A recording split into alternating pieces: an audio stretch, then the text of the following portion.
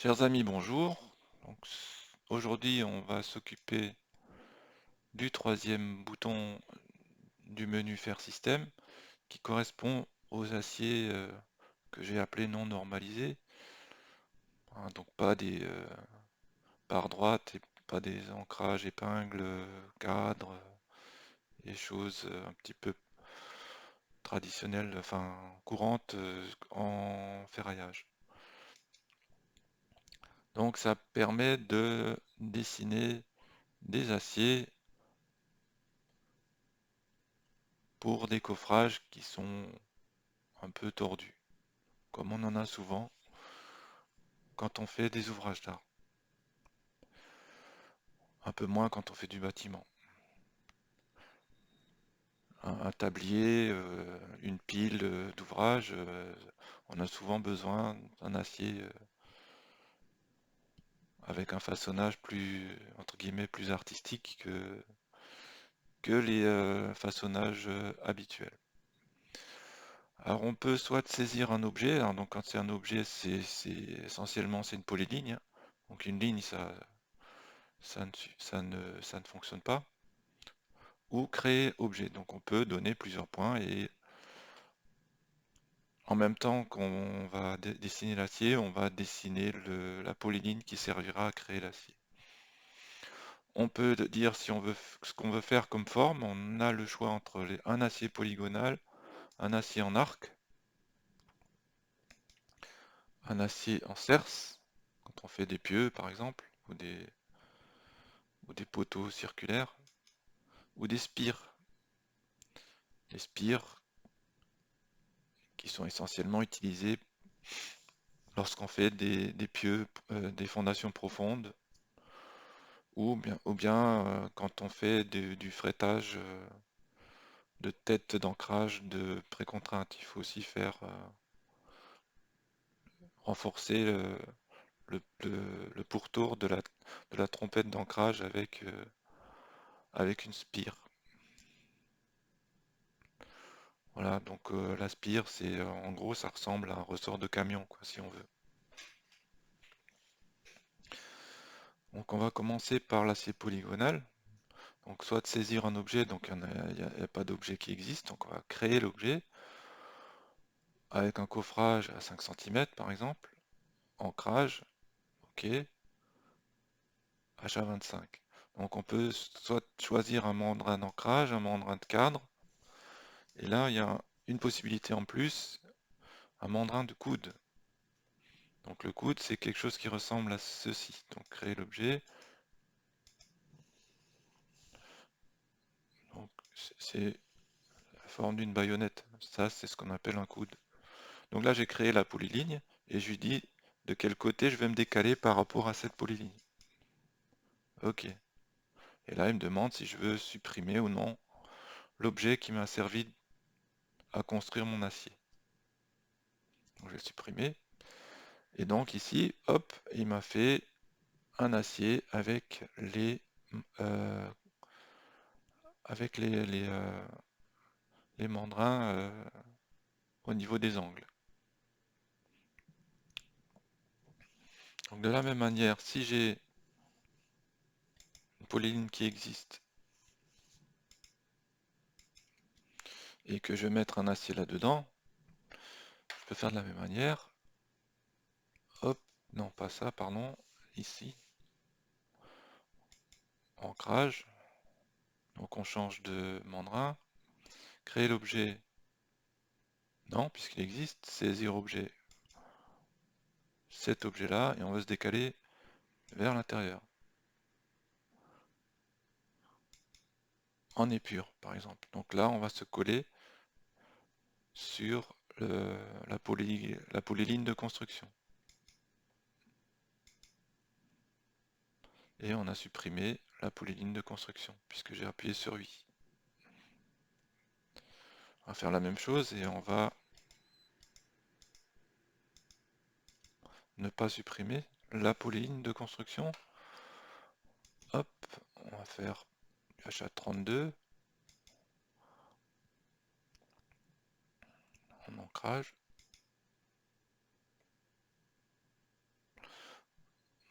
Voilà, créer objet ou saisir objet, donc c'est saisir cet objet-là.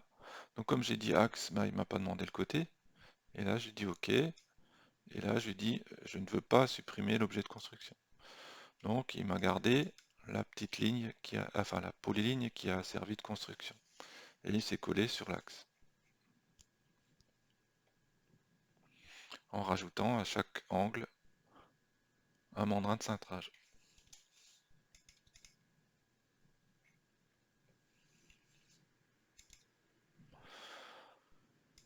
Si je fais la même chose, acier polygonal, coffrage, saisir objet, cet objet en coffrage par exemple. Voilà, donc je recommence. Saisir objet, cet objet, ce côté-là, enrobage de 5 cm, OK. Je recommence, c'est pas ce que je voulais faire. Saisir objet, cet objet-là, par là, OK. Et je veux pas supprimer. Et donc là, si on fait un décalage de 5 cm,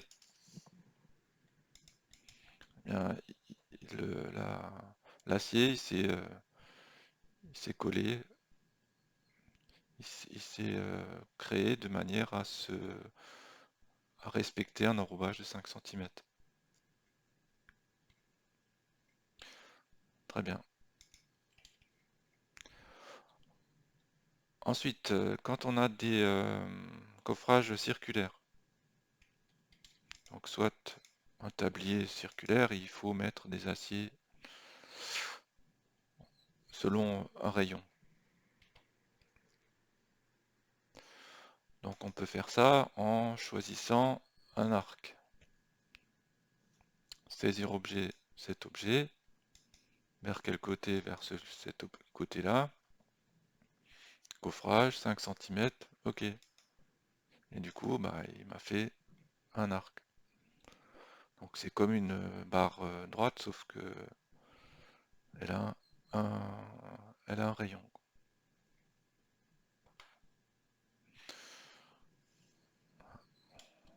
Ce qu'on peut aussi faire, c'est qu'on a quand on a des choses circulaires, mais un peu plus avec des rayons plus petits, des, des pieux ou des poteaux.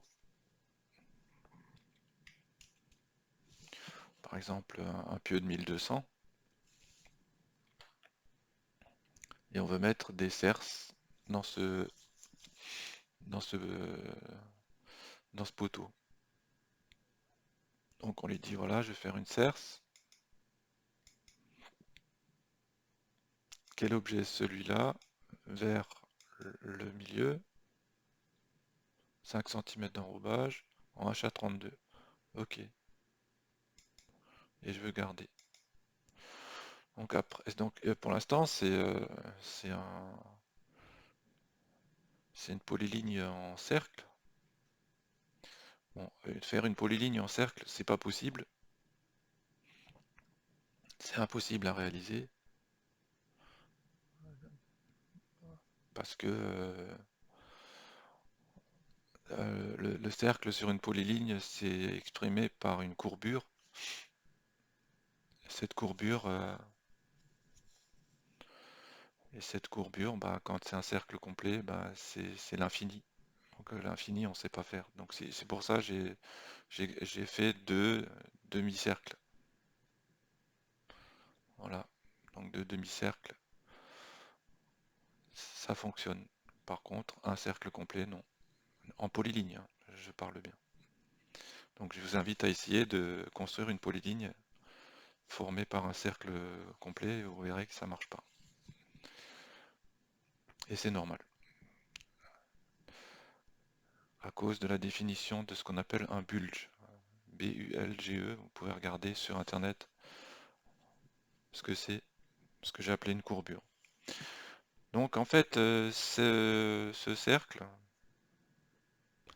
après, dans la nomenclature, le système va rajouter un recouvrement complémentaire pour que la serre se ferme. Vous pouvez aussi faire pas des frettes, des spires. Donc c'est à peu près la même chose. Sauf que comme la spire c'est un acier 3D, hein, donc c'est X, Y et Z, c'est un ressort. Il faut, quand vous faites une spire, donner le nombre de pas de la spire et la valeur du pas. Donc le nombre de pas et la valeur du pas. Donc 50 par exemple, et le nombre de pas, le nombre de pas 50 et le pas 20 cm. On va saisir l'objet, cet objet-là, vers là, et là, il m'a fait une spire. Donc c'est un acier. Quand on le voit en plan comme ça, c'est juste un cercle. Et dans l'autre sens, c'est un ressort. Donc on va voir ce que ça donne quand on en fait une nomenclature de ces objets-là. Donc pour en faire une nomenclature, il faut d'abord que je le repère. Donc on va repérer cet acier-là. On va juste en mettre un, hein, peu importe. Et donc quand on en fait une ligne de nomenclature, donc le repère 1, avec 50 fils de recouvrement, ça se présente comme ça. Donc ça dit, voilà, c'est 1,10 m de diamètre extérieur, il y a 50 fois 200 de spire, et le système calcule une longueur développée, on rajoute 2 recouvrements aux extrémités, et on rajoute 15 recouvrements sur la longueur, puisque c'est des barres de 12 mètres qu'il faut recouvrir l'une par rapport à l'autre. Donc 173 mètres, plus 1,20 m, plus 15 fois le recouvrement, ça fait les 183,28 mètres.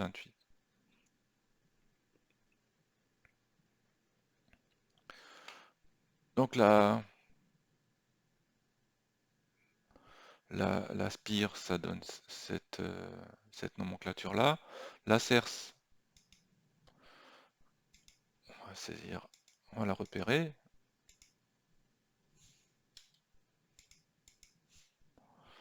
Donc la cerce,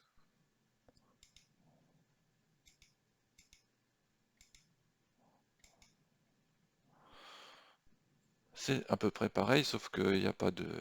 C'est pas en 3D, hein, c'est que c'est un acier à plat. Donc on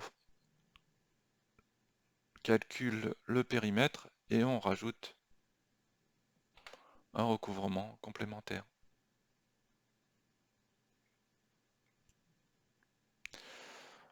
L'acier en arc, de la même manière, on peut le repérer.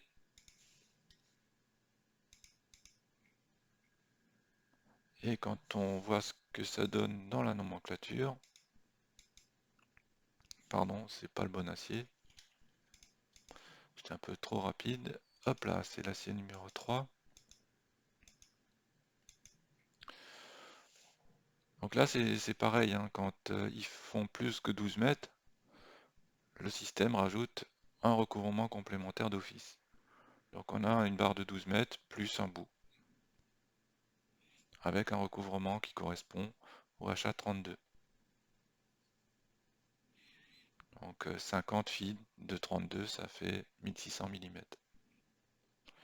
On indique le rayon et on indique la longueur développée. Bien sûr, si l'acier il fait moins que 12 mètres,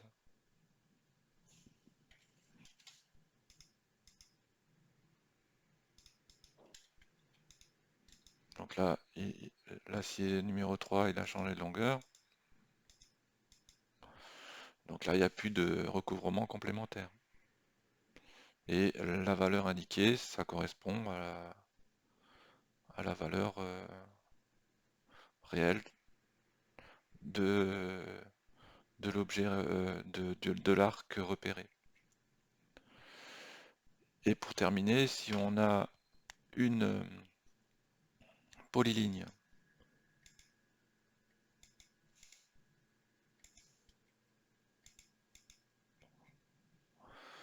la polyligne, ça ressemble à quoi? Au niveau de la nomenclature, il reprend le schéma de l'acier tel qu'il existe. Il indique la valeur de la longueur et il indique les codes A, B, C, D avec chaque fois l'angle de pliage.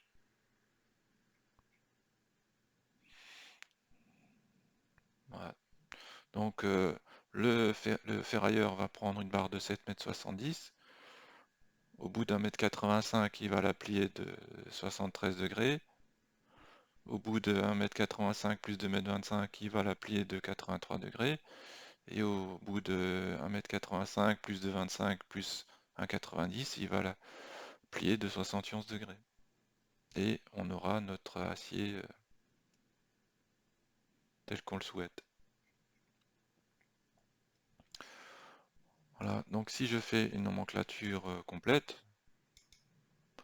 donc on verra ça en détail plus tard, c'est juste pour...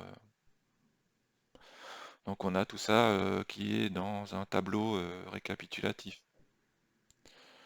Et ce qui est intéressant, c'est que bon, les codes de façonnage, c'est celles-ci qui sont indiquées. Donc les codes A, B, C, D, E, et les angles A1, A2, A3, A4.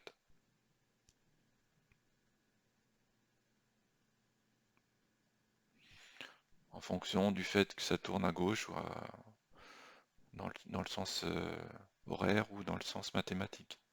Gauche et droite, c'est pas une bonne... c'est une façon impropre de parler. Donc c'est soit ça tourne dans le sens horaire, soit ça tourne dans le sens mathématique. Et donc quand on a un acier comme ça, bah, on a un petit peu toutes les possibilités. Et donc ces cotes et ces angles, bah, il faut se rapporter à ce schéma-là. Voilà pour les aciers que j'ai appelés aciers non normalisés. Bien, bah, je vous remercie pour votre attention et puis à bientôt pour le bouton suivant.